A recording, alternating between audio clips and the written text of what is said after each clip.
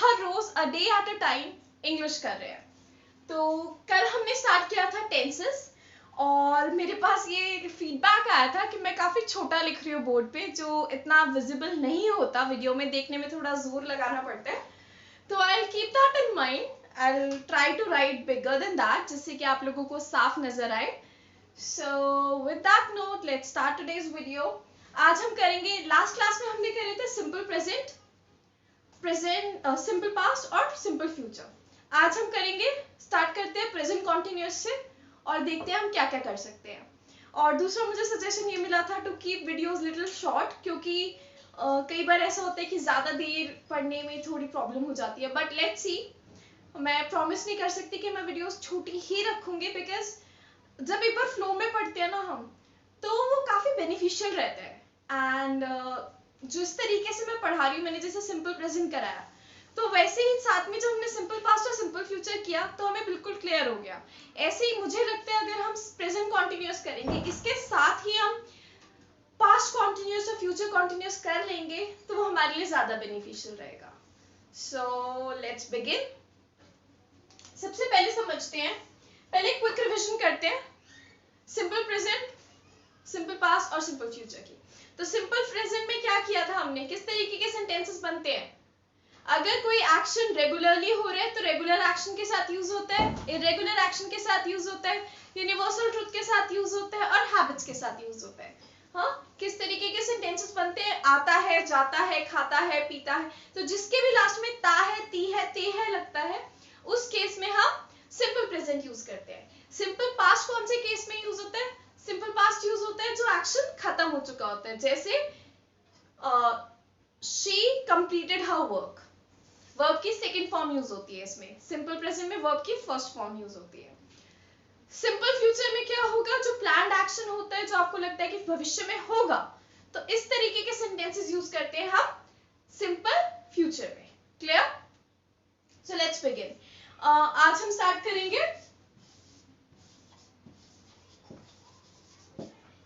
Present continuous के साथ। सी मैंने बड़ा लिखा है, so we are already improving, right? तो प्रेजेंट कॉन्टिन्यूअस में एग्जैक्टली क्या होता है, किस तरीके के सेंटेंसेस बनते हैं। प्रेजेंट कॉन्टिन्यूअस का स्ट्रक्चर ये होता है, is, are, am plus verb की फर्स्ट फॉर्म प्लस आईएनजी।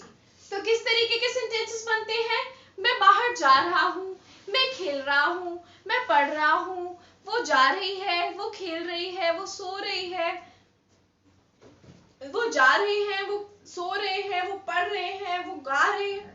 तो इस तरीके के सेंटेंसेस यूज होते हैं प्रेजेंट कॉन्टिन्यूअस में, जैसे they are singing a song. वो गाना गा रहे हैं। तो बेसिकली आपने देखा आर यूज हुआ है क्योंकि प्लूरल है, दे है, वर्ब की फर्स्ट फॉर्म सिंग, सिंग, sang, sung है ना, तो फर्स्ट फॉर्म क्या हो गई, सिंग, आईएनजी यूज हो रहा है पीछे, फिर अ और सॉन्ग। तो बेसिकली किस तरीके से स्ट्रक्चर बन रहा है इसका, बहुत सिंपल है, सुनो एक बार ध्यान से। एम यूज होगा आई के साथ, किसके साथ यूज होगा, आई के साथ। तो अगर मुझे आई से सेंटेंस बनाना होगा तो मैं लिखूंगी आई एम प्लेइंग द गिटार, मैं गिटार बजा रही हूं, ठीक है। एम यूज हुआ, प्ले यूज हुआ, आईएनजी यूज हुआ, ठीक है। तो बेसिकली इज यूज होगा सिंगुलर थर्ड पर्सन के साथ, जैसे she is eating a burger. Lockdown चल रहा है और हम बर्गर की बात कर रहे हैं, हाँ।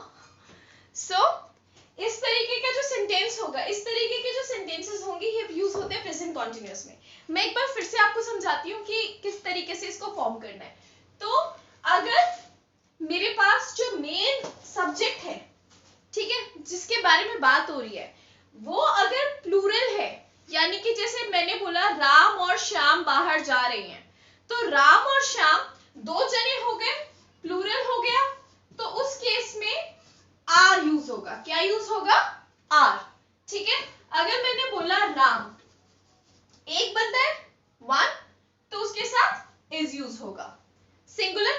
पर्सन है। मैंने लास्ट क्लास में singular first person, singular third person ये चीजें कराई है, तो जिन लोगों को इसमें समझने में प्रॉब्लम आ रही है प्लीज एक बार लास्ट क्लास देखिए, आपको काफी क्लियर हो जाएगा।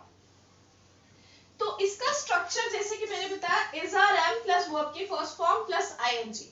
तो अगर फॉर एग्जांपल मुझे सेंटेंस बनाना है कि वो बाहर जा रहे हैं, है ना, तो वो बोल रही हूं, दैट मीन्स एक से ज्यादा लोग हैं, है ना, तो दे आर गोइंग आउट, वो बाहर जा रहे हैं। अब दे है तो इसलिए मैंने प्लूरल है तो आर का इस्तेमाल किया। क्या इस्तेमाल किया? आर। वर्ब की फर्स्ट फॉर्म यूज की है गो और आईएनजी, क्योंकि जब भी प्रेजेंट कॉन्टिन्यूअस की बात होती है, इनफैक्ट किसी भी कॉन्टिन्यूअस टेंस की बात होती है, तो आईएनजी लगता ही है वर्ब के साथ, ठीक है। अब यहां तक समझ आया आप लोगों को? सपोज सेंटेंस होगा हमारा शी इज प्लेइंग बास्केटबॉल, वो बास्केटबॉल खेल रही है। शी क्या है? सिंगुलर थर्ड पर्सन, तो मैं लिखूंगी she is playing basketball. Play है वर्ब की फर्स्ट फॉर्म, आईएनजी फिर ऑब्जेक्ट, ठीक है। मुझे लगता है स्ट्रक्चर के अंदर हम सब्जेक्ट ऑब्जेक्ट जबरदस्ती डाल देते हैं, तो उससे बच्चों का कॉन्सेप्ट क्लियर होने के बजाय बच्चे और ज्यादा कंफ्यूज हो जाते हैं, तो इसलिए मैंने वो अवॉइड किया है, ठीक है। तो यहां तक आप लोगों को क्लियर है? यहां तक कोई डाउट्स? अब अगर इसको मैं नेगेटिव में चेंज करना चाहूं, सपोज मुझे यही सेंटेंसेस हैं और मैं चाहती हूँ कि मैं इनको नेगेटिव में चेंज करूं, मुझे पॉजिटिव सेंटेंसेस नहीं चाहिए, मुझे नेगेटिव सेंटेंसेस चाहिए, तो मैं क्या करूंगी? कुछ भी नहीं करना, एक सिंपल सा वर्ड लगेगा इसके साथ, नॉट। कौन सा वर्ड लगेगा? Not. They are not going to, they are not going out, she is not playing piano, not playing basketball, they are not singing a song, I am not playing the guitar, she is not eating a burger. Simple. तो इस तरीके से हमने सिर्फ एक word का इस्तेमाल किया नॉट का, और इस तरीके से हमने जो भी हमारे पॉजिटिव सेंटेंसेस थे इनको नेगेटिव में चेंज कर दिया। क्लियर? नेक्स्ट, सपोज अगर मुझे इन सेंटेंसेस को इंटेरोगेटिव में चेंज करना है, अगर इंटेरोगेटिव में चेंज करना है तो मैं क्या करूंगी? अगेन इट्स सिंपल, कि जो मेरा हेल्पिंग वर्ब है, हेल्पिंग वर्ब यानी कि जो इज आर एम वगैरह है, इनको मैं पहले लगा दूंगी। कैसे? जैसे मेरा सेंटेंस है दे आर गोइंग आउट, तो अगर मुझे इसको इंटेरोगेटिव में चेंज करना है तो मैं लिखूंगी आर दे गोइंग आउट, क्या वो बाहर जा रहे हैं? हाँ, अगर सपोज मेरा सेंटेंस था शी इज प्लेइंग बास्केटबॉल, तो मुझे इसको इंटेरोगेटिव में चेंज करना है, इंटेरोगेटिव यानी क्वेश्चन सेंटेंस में चेंज करना है, तो मैं क्या लिखूंगी? Is she playing basketball question mark, ठीक है।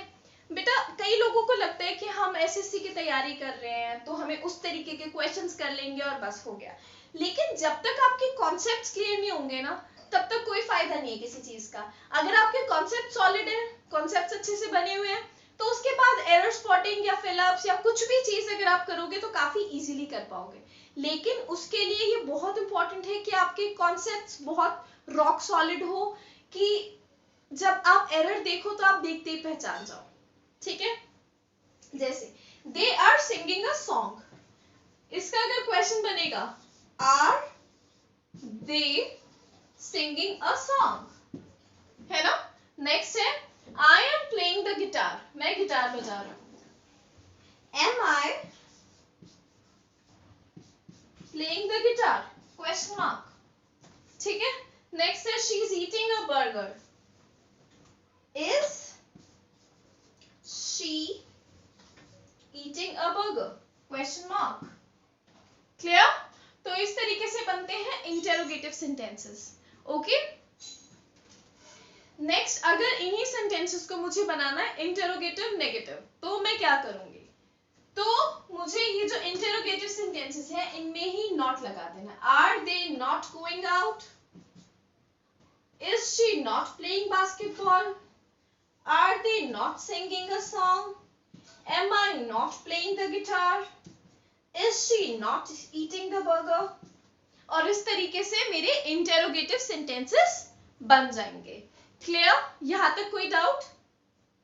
तो ये तो हो गया प्रेजेंट कॉन्टिन्यूअस।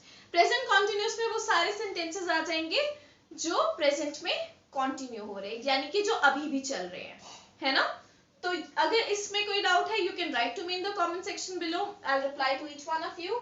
और एक काम करते हैं, हम इसको यहीं पे खत्म करते हैं और डे 2 के अंदर he will make another video जिसके अंदर पास्ट कॉन्टिन्यूअस है। तो जैसे ही आप ये वीडियो खत्म करते हैं, आप दूसरे वीडियो स्टार्ट कर दीजिए पास्ट कॉन्टिन्यूअस। तो जिन बच्चों को एक साथ ही पढ़ना है उनके लिए भी ऑप्शन है, और जो चाहते हैं कि हम छोटी वीडियो से पढ़े उनके लिए भी ऑप्शन, क्योंकि होते हैं, हमें भी लगता है यार एक छोटी सी वीडियो में समझ आ रहा है, लेंथी ड्यूरेशंस कई बच्चे नहीं पढ़ना चाहते, तो उनके लिए।